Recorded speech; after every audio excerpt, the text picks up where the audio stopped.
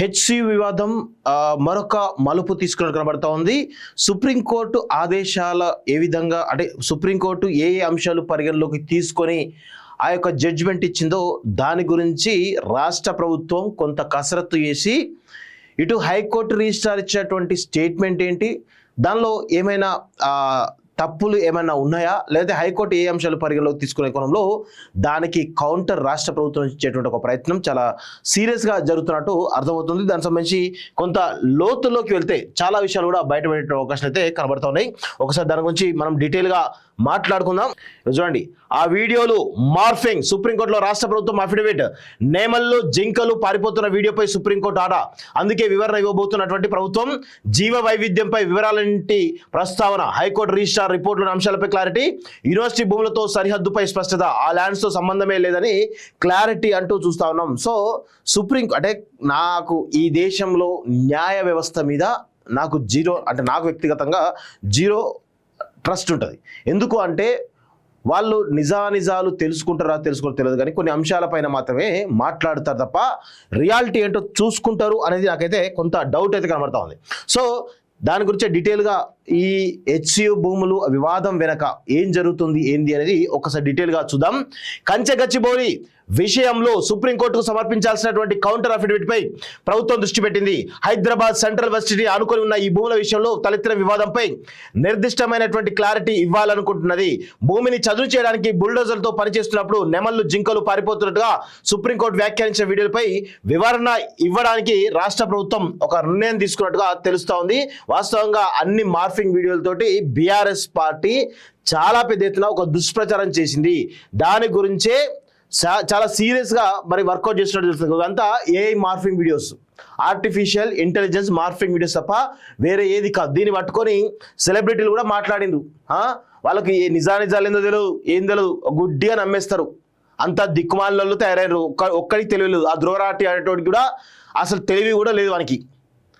ఎందుకంటే వాడు కూడా అది ఏం జరుగుతుంది తెలియకుండా ట్విట్టర్లో పోస్ట్ చేసి ఎంత వాగం చేసినారు. ఎవరికి తెలియలేదు. ఇలా చెప్తాను కదా.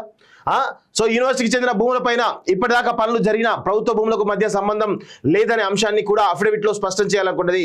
ప్రభుత్వ భూముల్లోని జీవ వైవిధ్యం, చెట్లను నరకడం, వన్యప్రాణుల సంచారానికి విఘాతం కలిగిందనడం సుప్రీంకోర్టు ప్రస్తావించిన ఈ అంశాలన్నింటిపై నా అఫిడవిట్లో స్పష్టమైన వివరణతో పాటు వాస్తవాలు చెప్పాలనుకున్నది. ఆ వీడియోలు మార్ఫింగ్, బుల్డోజర్లు పనిచేస్తున్నప్పుడు జింకలు నెమళ్లు పారిపోతున్నట్టుగా సోషల్ మీడియాలో వైరల్ అయినటువంటి వీడియోలు మార్ఫింగ్ చేసినామని, వాస్తవానికి విరుద్ధమైనటువంటి అంశాన్ని ఈ అఫిడవిట్లో ప్రభుత్వం స్పష్టం చేయాలనుకున్నట్లు సచివాలయ వర్గాల ద్వారా తెలిసింది. ఆ వీడియోలు ఏ సోషల్ మీడియా అకౌంట్లో పోస్ట్ అయ్యాయో కూడా వివరించాలనుకుంటుంది. కంచెగచ్చిబౌలి 400 ఎకరాల భూముల్లో బుల్డోజర్లు తొలగించినవి ఏపుగా పెరిగిన వృక్షాలు కావని, దాదాపు 25 ఏళ్లుగా పెరిగిన పిచ్చి చెట్లు మాత్రమేనని క్లారిటీ ఇవ్వాలనుకుంటున్నట్లు సమాచారం. హైకోర్టు రిజిస్ట్రార్ ఫీల్డ్ విజిట్కు వచ్చినప్పుడు అధికారికంగా చెప్పిన అంశాలు, కొన్ని డాక్యుమెంట్లు కూడా ఈ అఫిడవిట్లో జతపరచాలనుకున్నది. పరిసర ప్రాంతాల వ్యర్థాలను ప్రభుత్వ భూమిలో డంపింగ్ చేస్తున్న అంశాన్ని స్పష్టం చేయాలనుకున్నది. లీగల్ అంశాలపై దృష్టి.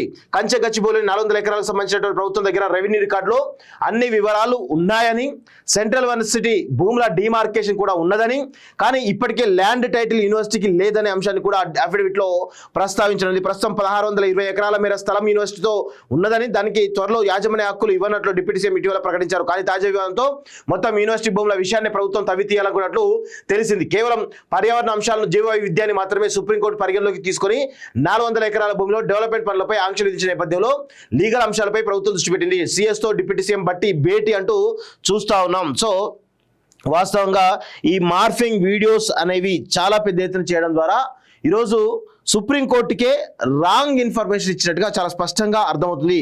సో సుప్రీంకోర్టుకు రాంగ్ ఇన్ఫర్మేషన్ ఎవరైనా అంటే బీఆర్ఎస్ పార్టీ అనేది చాలా స్పష్టంగా తెలుస్తూ ఉంది. ఆ దిక్కుమాలినటువంటి కేటీఆర్ కానీ ఒక వేస్ట్ బ్యాచ్ ఉంది, కనీసం అది ఆ బ్యాచ్ ఏందో తెలియదు, కానీ మొత్తానికైతే చాలా పెద్ద ఎత్తున వాళ్ళు దుష్ప్రచారం చేసి వాళ్ళు అనుకుంటున్నటువంటి వాటన్నిటిని కూడా మొత్తానికైతే ఆపాలని అనుకున్నారు, కుట్రపూరితంగా ఆపారు. సో దానిలో ఏ విధంగా వీళ్ళు మార్ఫింగ్ చేసారో ఒక్కసారి చూద్దాం. దాని గురించి చాలా డీటెయిల్గా కొన్ని ఇన్ఫర్మేషన్ మన దగ్గర రావడం జరిగింది. సో దాని గురించి ఒకసారి మనం డీటెయిల్గా మీకు ఫ్యాక్ట్ చెక్ దాంట్లో మీకు చూపించే ప్రయత్నం చేస్తా.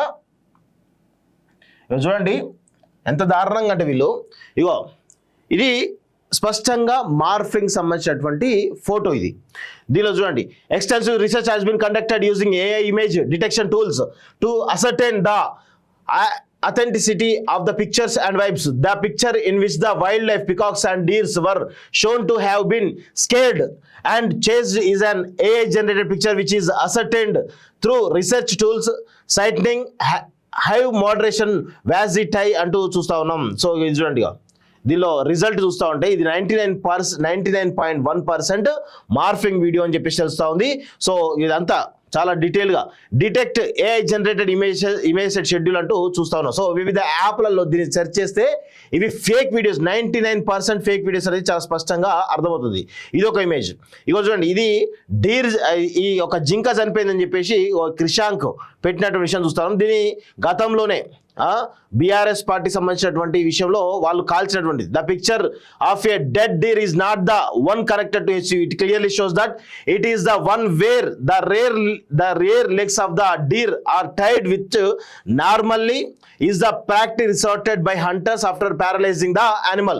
So Sumit Jha, used a journalist working for a South First Digital Media, has confessed in his post that he has posted a picture of dead deer on his Twitter handle without verifying the source and time and deleted and regretted అంటూ చూస్తున్నాం. So Sumit ఝా అనేటువంటి వ్యక్తి already దీన్ని post చేసిన తర్వాత ఇది మా తప్పు, గతంలో వచ్చినటువంటి ట్వీట్, గతంలో వచ్చినటువంటి ఈ న్యూస్, దీన్ని మళ్ళీ నేను పోస్ట్ చేసి చెప్పేసి సారీ కూడా చెప్పడం జరిగింది సుమిత్ ఝా అనేటువంటి జర్నలిస్ట్. ఇది వైజాగ్ సంబంధించినటువంటి ఫోటోని తీసుకొచ్చేసి ఇక్కడిదని చెప్పేసి పెట్టిండ్రు. సో ఇట్లా మొత్తం అన్ని వీడియోలు కూడా ఇదంతా కూడా చూడండి. ఇది ఎప్పుడు 14 March Visakhapatnam today in Visakhapatnam Nagar area a deer roaming in the streets like that I took a photo for fun అంటూ చూస్తా ఉన్నాం. సో ఇట్లా బీఆర్ఎస్ పార్టీకి సంబంధించినటువంటి ఈ క్రిషాంక్ లాంటి వాళ్ళు అసలు సబ్జెక్ట్ మాట్లాడండ్రా నాయన అంటే చేత కాదు, దుష్ప్రచారాలు చేయాలి తప్ప ఫేక్ వీడియోలు మార్ఫింగ్ వీడియోలతోటి ఈ విధంగా తీసుకొస్తా ఉన్నారు వీళ్ళంతా కూడా. మళ్ళీ వీళ్ళు ఏమైనా అంటేనేమో ఇలా క్యాస్ట్ కార్డు తీసుకొస్తారు, ఏమైనా అంటే మేము ఇది మేమే చేసి నడుస్తానని తీసుకొస్తూ ఉంటారు. అది దుష్ప్రచారం చేయడం మానేయండి నాయన. ఎందుకు ఇదంతా? మీరు ఇలాంటి దిక్కుమాలినటువంటి ప్రచారాలు చేస్తే ప్రజలు మిమ్మల్ని మీ ముఖం మీద ఉమ్ముతారు. అది గుర్తుపెట్టుకోండి. ప్రజలకు తెలియదు అనుకుంటారా? గుర్తుపెట్టుకోండి, ప్రజలు మనకంటే చాలా తెలివైనటువంటి వాళ్ళు. ప్రజలకు వాస్తవాలు తెలియదు అనుకోవడం పొరపాటు. మీరు ఎన్ని రకాలుగా పిచ్చి ప్రచారం చేసినా ప్రజలు ఏది చేయాలో అదే చేస్తారు. గుర్తుపెట్టుకోండి, ప్రజలకు చాలా తెలివి ఉంటుంది. మళ్ళాగా నీలాగా తెలివి తక్కువ దద్దమ్మల్లాగా ప్రవర్తించరు. వాళ్లకు చాలా జాగ్రత్తగా గమనిస్తూ ఉంటారు అన్ని విషయాలు. ఈరోజు తెలంగాణ తెచ్చినాన్ని మీరు చెప్పుకున్నటువంటి కేసీఆర్ను కూడా గద్దె దించి ఫామ్ హౌస్లో పండబెట్టినటువంటి చరిత్ర ఈ తెలంగాణ సమాజానిది. అలాంటి చైతన్యవంతమైన తెలంగాణ సమాజానికి మీరు ఫేక్ వీడియోలు, మార్ఫింగ్ వీడియోలు పెడితే వాళ్ళు నమ్ముతారు, తాత్కాలికంగా నమ్ముతారేమో కానీ లాంగ్ టర్మ్లో నమ్మరు. ఆ విషయాన్ని గుర్తుపెట్టుకోవాలి. మీరు సిగ్గుపడండి కొంచెమైనా. ఇలాంటి ఫేక్ వీడియోలు, ఫేక్ ప్రచారాలు చేయడం ద్వారా మీ మీద అధికారులకు వస్తాం, మాకేదో పబ్లిసిటీ వస్తుంది అనుకోవడం మానండి. ఎందుకే అలాంటి చేయాలంటే? మరి మీలాగా ఫేక్ ప్రచారాలు చేయాలంటే చాలా చేస్తారు మరి వాళ్ళు కూడా. అది ఎందుకు ఇవన్నీ ఫేక్ ప్రచారాలు చేయడం ద్వారా అనవసరంగా మీరు అన్ని రకాలుగా ఇబ్బంది పడతారనే విషయంలో గుర్తుపెట్టుకోవాలి. మీ మీద కూడా ఫేక్ ప్రచారాలు చేస్తారు. ఏం చేస్తారు అప్పుడు? మీ మీద కూడా ఇష్టారీతిలో ఫేక్ ప్రచారాలు చేస్తే ఏం చేస్తారు? ఇట్లా ఉంటుంది ఒక వీళ్ళ యొక్క దుశ్చర్యలు అని చెప్పేసి మనం చెప్పొచ్చు. సో ఈ విధంగా మార్ఫింగ్ వీడియోలు అనేవి తీసుకురావడం ద్వారా వాళ్ళు ఏదో శునకానందం పొందుతారు తప్ప అసలు విషయాలు అంటే ఏదో సాధిద్దాం అనుకుంటే దానిలో వాళ్ళు వెనకడుగు వేస్తున్నారని చాలా స్పష్టంగా అర్థమవుతోంది.